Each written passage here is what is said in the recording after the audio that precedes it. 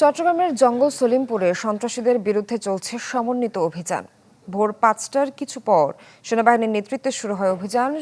অংশ নেয় বিভিন্ন বাহিনীর প্রায় ৩,৫০০ সদস্য। গত ২ যুগ ধরে জঙ্গল সলিমপুর সন্ত্রাসীদের অভয়ারণ্য হিসেবে পরিচিত। সম্প্রতি এই এলাকায় অভিযানে গিয়ে র্যাবের এক কর্মকর্তা নিহত হন, আহত হন ৩ জন।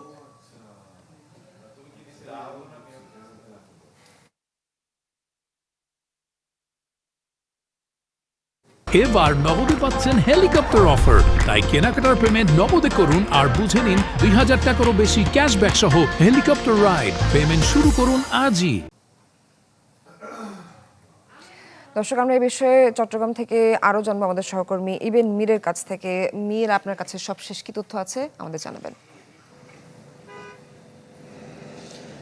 যেমনটি বলেছিলেন, মূলত গেল ১৯ জানুয়ারি র্যাব কর্মকর্তা মোতালেব হোসেন ভূঁইয়া হত্যার পরই আসলে যৌথ বাহিনীর নেতৃত্বে একটি অভিযান পরিচালনা হওয়ার কথা চলে আসছিল। সেটি আসলে নির্বাচন সহ সবকিছু মিলে আজকে ভোরে শুরু হয়েছে।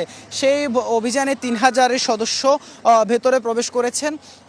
যারা ভোর থেকে হওয়া অভিযান, আমরা যতটুকু ইঙ্গিত পাচ্ছি যে আজকে পুরো দিন অর্থাৎ একেবারে সন্ধ্যা পর্যন্ত তারা আসলে অভিযান পরিচালনা করার যে তাদের নিয়ত রয়েছে, অর্থাৎ বলতে গেলে তারা তাদের যে পরিকল্পনা সেটি আসলে রয়েছে। আর যেমনটি বলছিলাম যে আসলে ভেতরে যারা আছেন অপরাধীরা, তাদের মধ্যে থেকে বেশ কয়েকজনকে ইতোমধ্যে আটক করা হয়েছে, পুলিশের পক্ষ থেকে জানানো হয়েছে।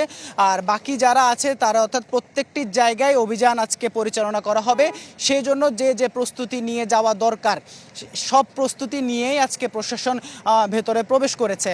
ভেতরে যখন প্রশাসন প্রবেশ করে তখনও তাদেরকে রাস্তায় বাধা দেওয়ার নানাভাবে চেষ্টা হয়েছে, আমরা যতটুকু পুলিশের পক্ষ থেকে এখন পর্যন্ত জানানো হয়েছে। তবে আজকে তাদের সেই বাধা আসলে কোনো কাজে আসেনি, যেহেতু বিপুল সংখ্যক যে সদস্য আইনশৃঙ্খলা বাহিনী তারা প্রবেশ করেছে। তারপর তাদের যে বিভিন্ন জায়গায় অপরাধীরা তাদের যে অভয়ারণ্য গড়ে তুলেছিল, সেই জায়গাগুলোতে পুলিশ সহ সেনাবাহিনী সহ র্যাব সহ প্রতিটি বাহিনীর সদস্যরা যখন আজকে আসলে অভিযান শুরু করে, তারপর অনেকেই চলে যান, অনেকে গা ঢাকা দিয়েছেন, অনেককে আটক করা হয়েছে।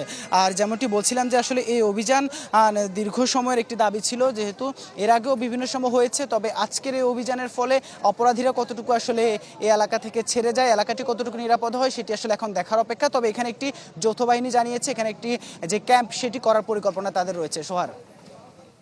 ইবেন মীর, আপনাকে অনেক ধন্যবাদ। চট্টগ্রামের জঙ্গল সলিমপুরে সন্ত্রাসীদের অভিযানের সবিশেষ জানাচ্ছিলাম আমাদের সহকর্মী ইবেন মীর।